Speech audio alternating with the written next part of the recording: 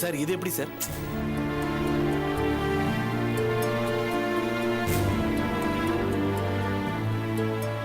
Sir இது sir ரொம்ப ஓல்டுப்பா. Sir இது பெட்டரா இருக்குல்ல சார்? லுக் ரமணன், நீங்க காமிக்கிற டிசைன்ஸ் எல்லாம் ரொம்ப சுமாரா இருக்கு. இல்ல அது கீழே இருக்கு. நான் எதிர்பார்க்கறது எக்ஸலன்ஸ். எப்பவுமே ஒரு டிசைன் பார்க்குறப்போ பளிச்சுன்னு நம்ம இழுத்து பிடிக்கணும். அதுதான் நல்ல டிசைன். இந்த டிசைன் ஜஸ்ட் ஓகே. இதுல எந்த கிரெடிட்டும் கிடையாது. புரியுது சார். நீங்க சொல்ற ரிசல்ட்டை கொடுக்க முயற்சி பண்றேன் சார். Okay okay.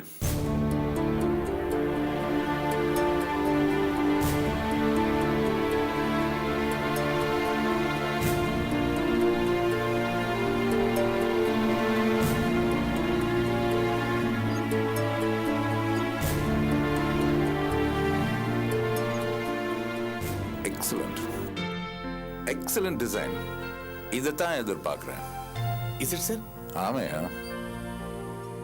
ரொம்ப நல்லா இருக்கு. காத்திக் ஸ்டைல மாடர்ன் ஸ்டைல் கூட நல்லா கம்பைன் பண்ணிருக்கீங்க.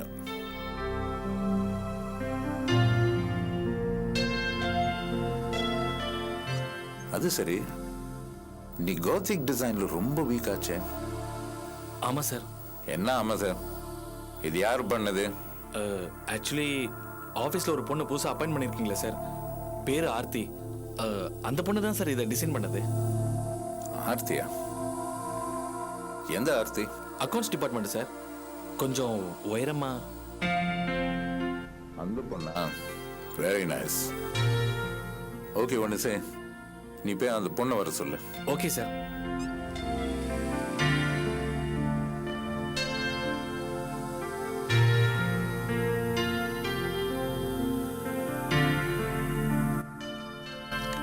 Excuse me, sir.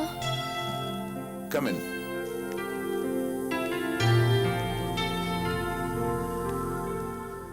நீதான் ஆர்த்தியா? ஆமா சார். எக்ஸலண்ட் டிசைன், நல்லா பண்ணிருக்க. கேட் ஏதாவது படிச்சிருக்கியா? இல்ல சார், இங்க சேர்ந்த ஒரு வாரத்துல மத்தவங்க பண்ணதெல்லாம் பார்த்து கொஞ்சம் கொஞ்சம் கத்துக்கிட்டு அதை வச்சு பண்ணதான் சார் இது. Really? ஆமா சார். மை குட்னஸ், டிசைனிங் எவ்வளவு கஷ்டம் தெரியுமா? ரொம்ப கேஷுவலா பண்ணிருக்க. நீ பண்ண ஒர்க் ப்ரொஃபஷனல் பண்ணது மாதிரி பெர்ஃபெக்ட்டா இருக்கு. ஒரு ஆர்டிஸ்ட் பண்ண பெயிண்டிங் மாதிரி அருமையா இருக்கு. I'm really impressed with your work. Thank you sir. நீங்க பாராட்டுறது எனக்கு ரொம்ப சந்தோஷமா இருக்கு. திறமை எங்க பார்த்தாலும் நான் பாராட்டுவேன். நீ ஒண்ணு பண்ணுமா, நான் சில சாஃப்ட்வேர் சொல்றேன், அது எல்லாம் நீ ஒன்னா முடி. உனக்கு கிடைக்கிற ஃப்ரீ டைம்ல நம்ம ஆஃபீஸ் டிசைன் சைட்ல கான்சென்ட்ரேட் பண்ணு. உன்னால நல்ல டிசைனரா வர முடியும்னு எனக்கு தோணுது. ஏன்னா அந்த கிரியேட்டிவிட்டி ஒன்ட்டு இருக்கு. அதை வளர்த்துக்கோ and you will have a very bright and good future. Thank you sir.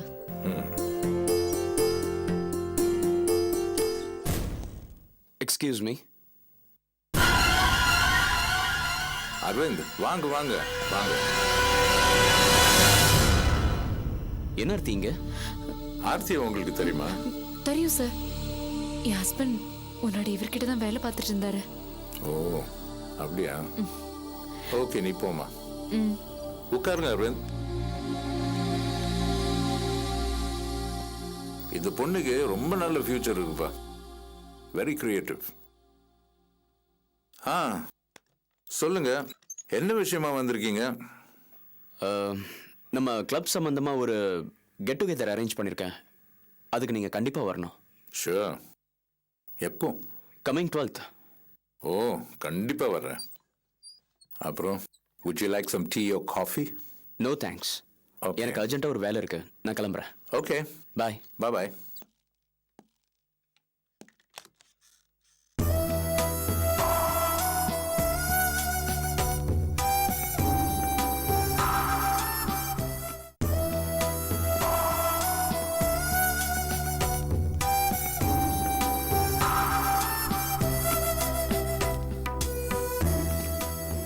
Hello Aarti. Sir சொல்லுங்க. நான் உங்களை இங்க பார்த்தது ரொம்ப சர்ப்ரைஸ் ஆயிட்டேன். இங்க ஒன்றும் சம்பளம் சொல்லிக்கிற மாதிரி இருக்காது. சொன்ன நேரத்துக்கு தராங்களா? என் வேலையோட தகுதிக்கு என்ன தரணுமோ அது கரெக்டா தராங்க சார். வேலைக்கு போய் தான் ஆகணுங்கிற பட்சத்துல நீங்க நம்ம ஆபீஸ்க்கே வந்துடலாம்ல. நான் நல்ல வேலை தரேன். வேணாம் சார், உங்க ஆஃபருக்கு ரொம்ப தேங்க்ஸ். வேலை சம்பளம் இதெல்லாம் தாண்டி எனக்கு இந்த ஆஃபீஸ் ரொம்ப பிடிச்சிருக்கு. ஈகோ இல்லாத ஃப்ரெண்ட்லியான ஸ்டாஃப்ஸ், திறமையை என்கரேஜ் பண்ற முதலாளி, செய்யற வேலைக்கான மரியாதை, என்கரேஜ்மெண்ட், இந்த மாதிரி சந்தோஷம் தர நிறைய விஷயங்கள் இங்க இருக்கு. நான் இங்கே இருக்கேன் சார். ஓகே, எனிவே இதை விட ஒரு பெட்டரான வேலை, நல்ல சம்பளம் வேணும்னா என்னோட ஆஃபீஸ் உங்களுக்காக காத்துட்டு இருக்கோம். Thank you sir.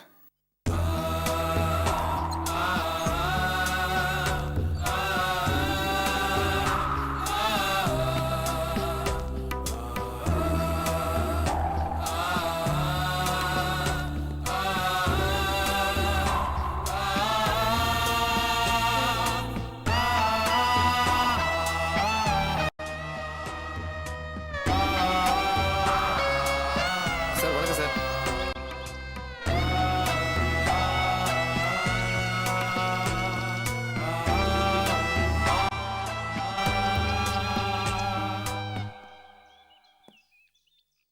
டேய் அண்ணா போலாமண்ணா? பொருடா போலாம். டேய் அந்த ஆர்த்தி இல்ல? ஆர்த்தி? அதான்டா நம்ம ராஜேஷ் பொண்டாட்டி. ஆமா. அவ இந்த ஆபீஸ்ல தான்டா வேலை செய்யறா. அண்ணா வேண்டாண்ணே, விட்டுருங்கண்ணே. அதான் விலைக்கு போயிடுச்சுல்ல. டேய் விலகி போனா அது அப்படியே போயிருக்கணும்டா. நம்ம ரூட்ல மறுபடியும் வருது இல்ல, எப்படிடா விட முடியும்? அண்ணா ஏற்கனவே ட்ரை பண்ணி ஒத்து வரல. டேய் அது அப்போ, இப்ப என் மெத்தடே வேற. எப்படி கவுக்குறன்னு பாரு. போட வண்டிடு.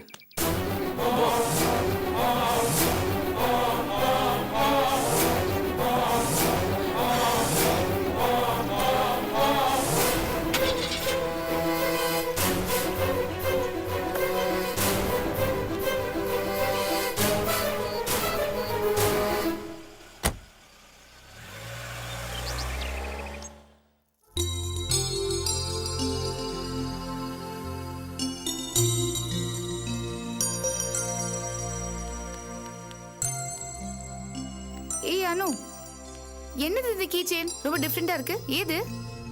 யாரோ ஒருத்தர் பிரசன்ட் பண்ணாங்க. ரொம்ப அழகா இருக்கு. ரசனை உள்ளவங்க கொடுத்தா அழகா தானே இருக்கும். யார் அது அவ்வளவு ரசனை உள்ளவங்க? நம்ம உஷானி தான். அவங்க செலெக்ஷன் எப்பவும் ரொம்ப நல்லா இருக்கும். ஏய் அஞ்சலி, அறிவில உனக்கு ஏன் அதை அப்படி போட்டு அடைச்ச?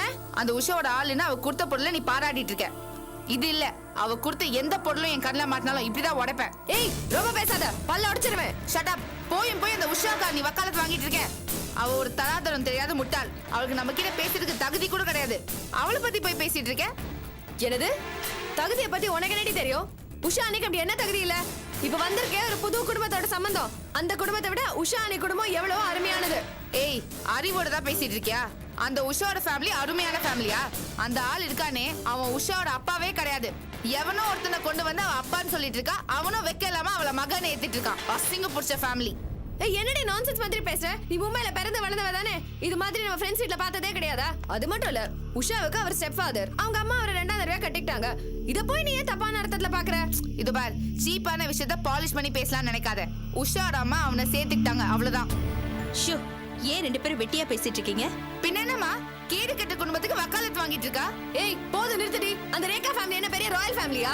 அவங்க அப்பா யாருன்னு உனக்கு தெரியுமா? லோக்கல்ல இருந்து வந்த ஒரு ரவுடி. பணத்தை எப்படி சம்பாதிச்சாருன்னு தெரியுமா? எல்லாம் கட்ட பஞ்சாயத்து, அடிதடி, ரவுடிசம். இன்னைக்கு வேணா அவர் ஒரு மினிஸ்டரா இருக்கலாம். ஆனா ஒரு விஷயம் தெரிஞ்சுக்க, அடிப்படையில அந்த ஆள் ஒரு ரவுடி தான். அந்த குடும்பத்தோட சம்பந்தம் படத்துல ஒன்றும் எனக்கு பெருமை இல்ல. ஏய், என்ன பேசுற நீ? எங்க அப்பா பத்தி பேசுற அளவுக்கு அவளை பெரிய இவளா நீ? Shut your mouth. ஏன் அப்படி நான் என்ன பேசினேன்? அஞ்சலி உஷானி குடும்பத்தை பத்தி தப்பா பேசினா, பதிலுக்கு நானும் பேசினேன். அப்படி நான் ஒன்னும் தப்பா சொல்லல, உண்மையா தான் சொன்னேன். இல்லாதது ஒன்றும் நான் சொல்லல. உங்க அப்பா ரவுடியா இருந்து தானே பணக்காரரா ஆனாரு. You idiot. எங்க அப்பாவை பத்தி தப்பா பேசுறதுக்கு என்ன தைரியம் உனக்கு? இதுவே வேற யாராவது பேசியிருந்தா நடந்திருக்கிறதே வேற. இதோட நிறுத்திக்கோ. எங்க அப்பா பத்தி இனிமே ஒரு வார்த்தை பேசினேன்னு வை, அப்புறம் பேசுறதுக்கு நாக்கு இருக்காது. வெரி குட், இப்படிதான் பேசணும். அப்பாக்கு தப்பாத பொண்ணா பிறந்திருக்க. என்னதான் படிச்சிருந்தாலும் அல்டிமேட்லி லோ கிளாஸ்ங்கறத ப்ரூவ் பண்ணிட்டேன். அனு அனு என்ன நினைச்சிட்டு இருக்க? what the fuck are you talking about? டேய் என்னடா அது கை நீட்டி அடிக்கிற பழக்கம்? பிள்ளை இல்லம்மா, கொஞ்சம் கூட மரியாதை இல்லாம பேசுறா. அதுக்காக வயசு பொண்ண கை நீட்டி அடிக்கிறதா? நீங்க தான் அவளுக்கு ரொம்ப இடம் கொடுத்திருக்கீங்க. அதான் இப்படி எல்லாம் பேசுறாவ. ரேகாவோட அப்பா பத்தி பேசுறதுக்கு அவளுக்கு என்ன வயசு இருக்கு, அனுபவம் இருக்கா? சரிப்பா, அவளோட நிலைமை உனக்கு தெரியும்ல, தெரிஞ்சிருந்தா இப்படி பேசலாமா? அதான் நானும் சொல்றேன், அவ மட்டும் அப்படி பேசலாமா? சரி ஆதி, பேச்சை விடு. ரேகா அப்செட் ஆயிருக்கா, போய் அவளை சமாதானப்படுத்து. போ போ.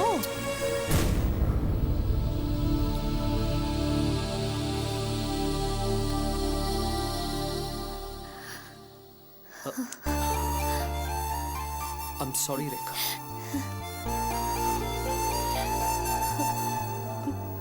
I'm really sorry. It's okay. Just relax. This is ridiculous கா. நீ சுயநினைவோட தான் இதை செஞ்சியா? சுயநினைவோட மட்டும் இல்ல, நல்லா யோசிச்சு எல்லாத்தையும் நினைச்சு பார்த்து தான் அது செஞ்சேன். அக்கா, நம்ம அவ்வளவு பெரிய ஃபோர்ஸ் எதிர்த்துட்டு இருக்கோம். நம்ம கிட்ட இருந்த ஒரே ஆதாரம் அந்த கேசட் தான். அதே கொண்டு போய் அவங்க கிட்ட கொடுத்திருக்கே. நீ பண்ணது பைத்தியக்காரத்தனமா இருக்கு. ஏன் ஆனந்தி, ஆயுதத்தால நடத்துறதுக்கு இது என்ன ஆபரேஷனா? அக்கா, இது பாரு, இது ரெண்டு மனசை சேர்த்து வைக்கிறதுக்கான போராட்டம். பிரிஞ்சு போன அவங்க மனசை ஒட்ட வைக்கிறதுக்கான முயற்சி. நீயே சொல்லு, ஆயுதத்தால ரெண்டு மனசை நம்மளால ஒட்ட வைக்க முடியுமா? அவங்க அன்பா சொன்னா கேக்குற ஆளுங்க இல்ல. வயலன்ஸ் தான் அவங்க வழின்னு தெரிஞ்சு போச்சு. அவங்கள ஜெயிக்கணும்னா நாமளும் குறுக்கு வழியில தான் போயாகணும். நீ கேசட் கொடுத்த உடனே மாறி போற ஆளுங்க இல்ல அவங்க. இங்கதான் நீ தப்பு பண்ற. மன்னிப்பை விட இந்த உலகத்துல பெரிய ஆயுதம் வேற எதுவுமே இல்ல.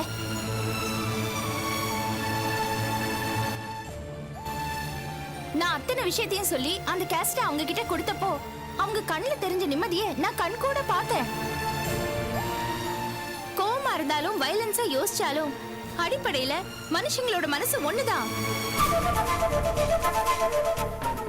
அந்த ஆதியோட எதிர்காலத்தை பாதிக்கிற மாதிரி ஒரு எவிடன்ஸ், அந்த மினிஸ்டரோட அரசியல் வாழ்க்கையை முடிக்கிற மாதிரி ஒரு சாட்சி அந்த கேசட். அவங்க ரெண்டு பேரோட வாழ்க்கையை நான் திருப்பி கொடுத்திருக்கேன். அவங்க காலம் பூரா மறக்க முடியாத அளவுக்கு நான் ஒரு உதவியை செஞ்சிருக்கேன். அப்படியே அவங்க மறக்க நினைச்சாலும் அவங்களோட மனசாட்சி இந்த நன்றி அவங்கள மறக்கவே விடாது. அக்கா, நீ அந்த ஆதியை மட்டும் மன்னிக்கல, அந்த மினிஸ்ட்ரியும் தப்பிக்க விட்டுருக்க. அந்த ஆள் செய்யற தப்புக்கு என்னைக்கு இருந்தாலும் சட்டத்துல இருந்து அவரால் தப்பிக்கவே முடியாது. ஆனா அது நம்மளால நடக்க வேண்டாம். நீ பத்திரிகை நிருபருங்கிறது வேற ஆனந்தி. ஆனா அதையும் தாண்டி நீ உஷாவோட ஃப்ரெண்டு. இந்த போராட்டம் உஷாவோட வாழ்க்கைக்காக தான். அதை நீ மனசுல வச்சுக்கிட்டு பேசு. ஆமா ஆனந்தி, அபி சொல்ற விஷயத்துல நியாயம் இருக்குன்னு தான் எனக்கு படுது. ஆமாம்மா, அந்த கேசட்டை வச்சு அதிகபட்சம் அவங்களுக்கு தண்டனை வேணா வாங்கி கொடுக்க முடியும். உஷாவையும் அதையும் சேர்த்து வைக்க முடியாது. அந்த கேசட்டை நாம வெளியிட்டு இருந்தோம்னா அவங்க பகையை மட்டும்தான் நம்ம சம்பாரிச்சிருக்க முடியும் ஆனந்தி. ஆனந்தி, இதுக்கு மேல அவங்க நம்மள தாக்கறதுக்கு அவங்களுக்கு எந்த காரணமும் இருக்காது. ஆமா அங்கிள், இனிமே அவங்க நமக்கு எந்த கெடுதலும் செய்ய முடியாது. நீங்க பயப்படாம உங்க வீட்லயே போயிருக்கலாம். எனக்கும் அதான் சரின்னு படுதுமா. அங்கிள், எனக்கு நம்பிக்கை இருக்கு அங்கிள். அந்த மினிஸ்டரோட முகத்துல எந்த கோவமும் இல்ல. அதனால அவரால் நமக்கு எந்த கெடுதலும் வராது.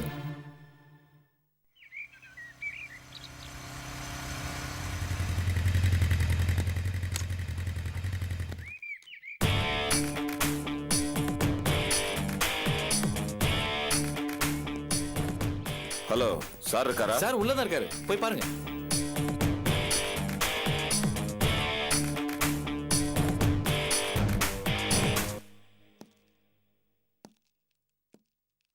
சார் சார்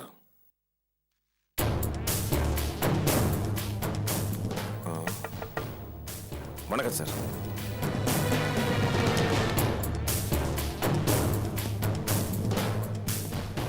அந்த கதவை சாத்து.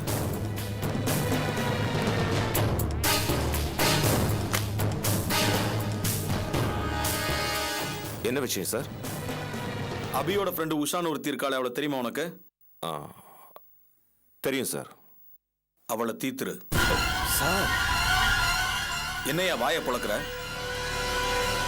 அது இல்ல சார், அந்த அபி வந்து உங்களுக்கு எதிரான ஆதாரங்களை எல்லாம் உங்ககிட்ட திருப்பி கொடுத்துட்டு போனதா போன்ல சொன்னீங்க.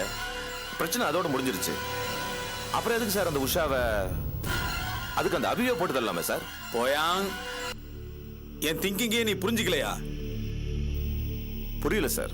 யோ, அபி கொண்டு வந்து கேசட்டை கொடுத்தா பிரச்சனை முடிஞ்சது சரி.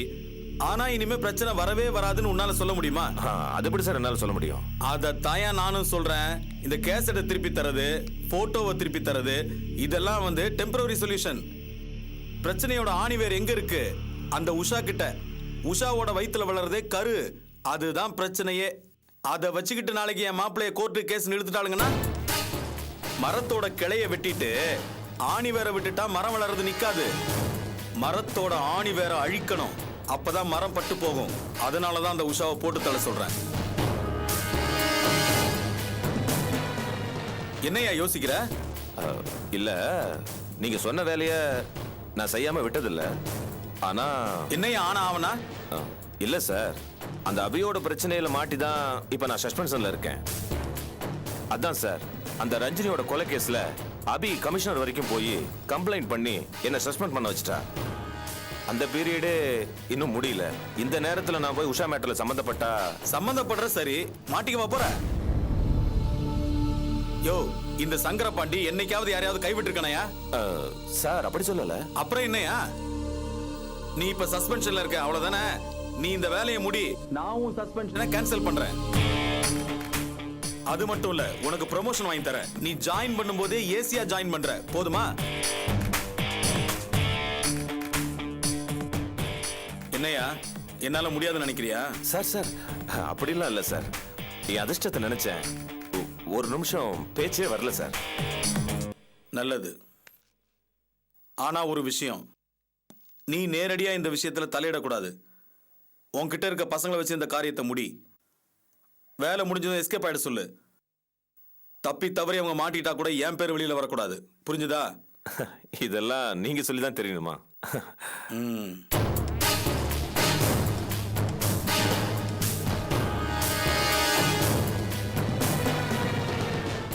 இது அட்வான்ஸா வச்சுக்கோ. வேலை முடிஞ்சதும் நீ நினைக்கிறத விட அதிகமாவே தரேன். Thank you sir. ஒரு நிமிஷம்.